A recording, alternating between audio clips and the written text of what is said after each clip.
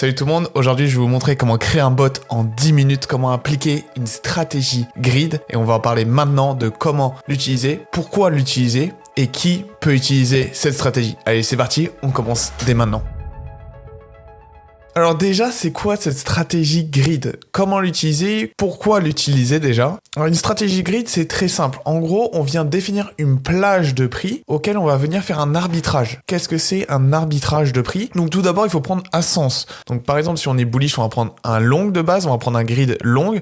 Et si on est bearish, on va prendre un grid short. Ça va nous permettre de définir un montant de base de la stratégie. Par exemple, si on est bullish, on va avoir un montant de base qui va en fait fluctuer en fonction de où est le cours. Mais si par exemple on est bullish, ce montant de base va augmenter avec le prix. Mais c'est pas que ça.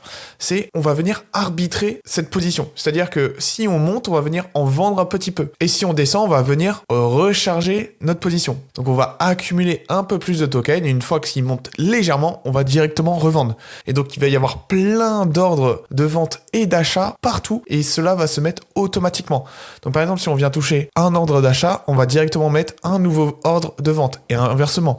Si on vient toucher un ordre de vente, on va mettre en dessous un ordre d'achat. Normalement, je vous mets une petite illustration à l'écran pour que vous compreniez un peu mieux, mais le bot ne va jamais vendre en négatif. Donc, par exemple, je dis n'importe quoi, mais si vous achetez à moins 1%, vous allez forcément vendre à plus 1%. Mais pas à plus 1% de votre portefeuille, mais plus 1% par rapport à votre achat. Si on arrive par exemple en bas de notre plage de prix, il va pas attendre de revenir en positif total. Le bot, il va directement vendre au moindre petit pump. Okay, et donc, ça va nous permettre de faire un arbitrage et plus le cours range, plus on va gagner d'argent. En fait, on va venir arbitrer. C'est ça que ça veut dire arbitrer. C'est dans un range, on va venir vendre, acheter, vendre, acheter, vendre, acheter. Donc, pourquoi utiliser cette stratégie? Parce que elle va venir nous hedger. C'est-à-dire que si on a un doute sur le sens du cours, donc si on ne sait pas si Bitcoin est vraiment bullish, bearish, on n'est pas sûr, c'est un peu flou. Ce flou va s'exprimer d'une façon concrète avec un range. Donc, le cours va venir ranger dans une plage de prix justement qui est un peu tendue, où il va y avoir de la battle, c'est-à-dire des achats,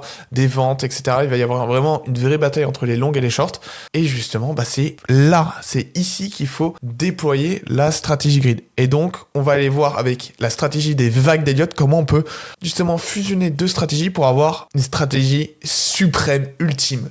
Donc, quand déployer cette stratégie grid? Comme je l'ai dit juste à l'instant, il faut la déployer sur une zone de range, d'incertitude. Ça tombe bien, en vague d'Elliott, on a plusieurs zones d'incertitude. On a la vague 2, justement. On ne sait pas encore si on part en impulsion ou pas. Donc là, c'est l'endroit idéal pour déployer la stratégie grid sur la zone de la vague de 2, donc sur la correction, justement pour accumuler si le cours décide de chuter violemment, et on mettra un stop loss sur un nouveau plus bas. Si on fait un nouveau plus bas, bon, c'est annulé. Mais ce qui est pas mal, du coup, avec cette stratégie, si jamais on invalide le scénario, au lieu de perdre, par exemple, un R, ok, on va perdre un peu moins. Donc ça, c'est cool, en fonction de si on a range ou pas. Et comment calculer sa perte en fonction des ranges, du nombre d'ordres? Vous inquiétez pas, on voit ça en fin de vidéo. Comment calculer le haut de la zone de range? On va venir mettre le haut de notre range sur les 1.23 d'extension de la 3, c'est-à-dire sur la 3 théorique qu'on devrait faire au minimum. Et bien évidemment, si vous aimez bien cette vidéo, n'hésitez pas à liker, à vous abonner. Ça me soutient énormément. Merci beaucoup à tous ceux qui le feront. Deuxième zone parfaite pour activer cette stratégie grid, ça serait sur une correction cette fois-ci. Alors, on peut faire aussi des impulsions 2, mais correctives, ok?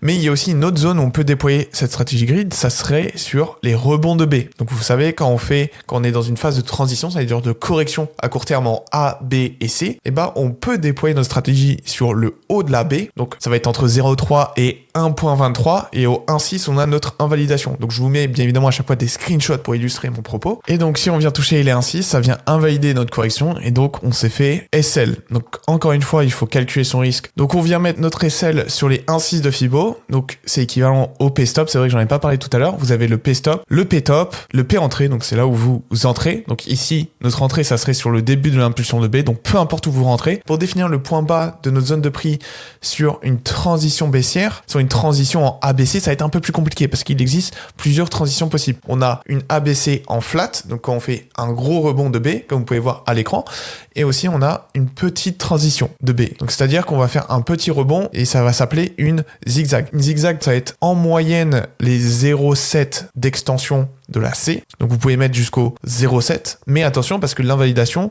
la target minimum, ça va être les 0,5. Donc si jamais on touche les 0,5, après on commence à pumper, faut peut-être commencer à TP. Attention parce que là, la flat, ça va être différent. La flat, ça va être minimum les 0,7 et en moyenne les 1. Donc là, cette fois-ci, comme vous pouvez voir à la capture d'écran, vous pouvez mettre sur l'extension de 1 de Fibo de la C votre bas de range. Mais c'est important de prendre en compte ces métriques parce que c'est avec ça que vous allez pouvoir justement rentrer tous ces arguments dans le fameux tableur que je vais vous présenter maintenant, qui vous permet justement de calculer votre risque pour ne pas être liquidé ou trop perdre si votre scénario s'invalide. C'est quand même très important de garder ce risk management, même si c'est une stratégie justement qui va venir moins vous faire perdre, mais si vous vous trompez de sens, vous allez quand même perdre. C'est pas une solution magique. Maintenant, je vais vous montrer un exemple concret de comment créer votre bot de grid sur un échange, sur votre échange favori.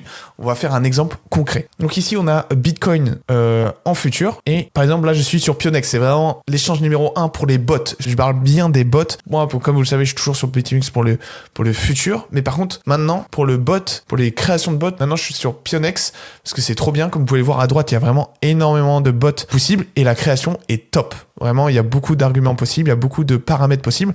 Et donc, on va venir créer un bot sur Bitcoin. Ici, à droite, vous avez des pré-bots qui sont, entre guillemets, déjà préfaits. Donc, on a des bots modérés, équilibrés, agressifs, blablabla.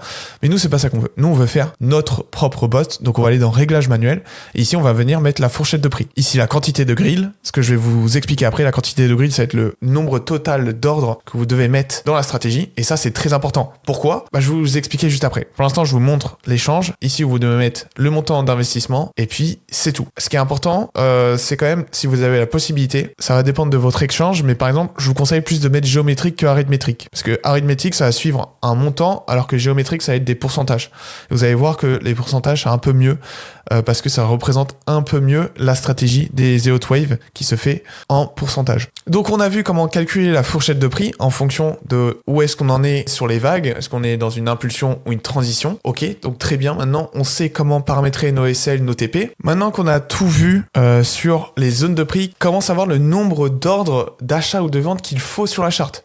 Parce que oui, en fonction de la volatilité, en fonction de la largeur de votre range, on va mettre plus ou moins d'ordres. Si on met trop d'ordres alors qu'il y a beaucoup de volatilité, et vous allez tout le temps acheter, vendre. Et en fait, vous allez accumuler beaucoup de frais et au final, ça va pas optimiser votre gain. Et au contraire, si on est peu volatile et vous mettez peu d'ordres, alors vous allez jamais arbitrer. Donc, il faut un bon juste milieu. Et pour ça, il y a un indicateur que j'utilise, c'est l'ATR. L'ATR nous permet de détecter la volatilité. Donc, comme vous pouvez le voir sur TradingView en bas, ici, c'est l'ATR. Donc, attendez, je vais vous mettre, hop là, juste vous mettez ATR sur TradingView dans l'indicateur ATR et c'est moyenne de la vraie amplitude. Donc voilà, ça permet de déterminer s'il y a une grande amplitude ou pas sur l'actif que vous regardez. Grosso modo, plus c'est volatile, moins on met d'ordre et moins c'est volatile, plus on met d'ordre. Alors du coup, sur le Excel, il y a deux pages. Il y a la page longue et short, du coup, en fonction de ce que vous voulez faire. Mais surtout, en fait, la grid short, c'est pour une ABC. Donc peu importe si c'est une impulsion, vous pouvez aussi utiliser bien évidemment cette page. Mais du coup, ici, ça sera pour des ABC et à gauche pour des extensions de 3. Et du coup, c'est tout simple. Les seuls paramètres que vous avez besoin de toucher, ça va être le capital, le risque que vous voulez prendre, votre entrée, votre bottom, votre invalidation. Parce que le bottom, c'est jusqu'à où vous avez placé des ordres et l'invalidation, c'est pour déterminer le risque. Le TP, donc les 1.23, dans mon cas, par exemple. L'ATR, donc ça, c'est le fameux indicateur que je vous ai montré juste avant. Le coefficient d'ATR, donc ça, c'est en fonction du marché parce que dans un bull run, on va être beaucoup plus volatile. Dans une phase de transition entre bear et bull run, ça va être plutôt modéré. Alors qu'en bear market, au bottom de bear market où il y a zéro volatilité, il faut adapter ce coefficient d'ATR. Donc par rapport à votre expérience, si vous trouvez qu'il n'y a pas assez d'ordre, vous pouvez le baisser parce que ça va rendre plus dense la stratégie. Et par contre, si vous trouvez qu'il y a trop d'ordre, vous pouvez l'augmenter et ça sera un peu moins agressif. Donc en fonction justement si on est plus ou moins volatile, ça vous permettre de déterminer. Parce que malheureusement, un algorithme, en fait, il faut l'adapter en fonction de comment est le marché à l'instant T. Et malheureusement, le marché évolue. Donc là, si je fais un bot grid dans la situation où on est actuellement, ça peut marcher, mais quand on va repasser en bull run, ça va plus du tout marcher parce que ce sera trop volatile, par exemple. Et du coup, vous devez mettre vos FrameMaker. Donc, ça, c'est pour calculer la rentabilité par rapport à votre exchange. Donc, en général, c'est 0,02%, mais regardez quand même. Et ensuite, vous avez besoin de toucher absolument à rien. Ici, c'est juste des indicateurs que vous pouvez regarder, ok, si vous êtes curieux. Mais ensuite, ce qu'il faut regarder, ça va être la configuration, donc l'onglet numéro 5. Donc, le type de grid, donc là, c'est à vous de choisir pair ou spot, peu importe. Et ensuite, vous allez remplir le prix haut, le prix bas, donc ce qu'on a vu tout à l'heure, le nombre de grilles. Donc là, ça y est, alors on peut savoir combien d'ordres il faut mettre, donc 81. Et là, ça va être important. Investissement total, c'est sans levier, ok? Donc par exemple, ici dans mon cas, je dois investir 5400 $ environ. C'est-à-dire que sur mon échange, par exemple, je peux mettre 500 $ x 10, ok? Ça fait 5000 $. Sur mon échange, je mets un levier x 10, je vais devoir mettre 540 $. 540 $ x 10, ça fait 5400 $, ok? Ne mettez pas 5400 $ levier x 10 parce que là, sinon, ça fait 154 000 $. Et là, ça explose votre risque, ok? Donc pensez-y. C'est l'investissement total avec levier. Ne vous trompez pas là-dessus. Là, vous mettez votre take profit, stop loss, et du coup, l'espacement, ça sera du géométrique. Donc voilà là-dessus sur la présentation du document. Si vous voulez accéder à ce document, vous pouvez cliquer sur le premier lien dans la description pour rejoindre le Discord et ouvrir un ticket et me demander le Excel. Donc si vous avez des questions par rapport à la stratégie, n'hésitez pas à mettre dans les commentaires. Je crois que j'ai bien fait le tour. Et sur ce, on se dit à la prochaine. Ciao tout le monde.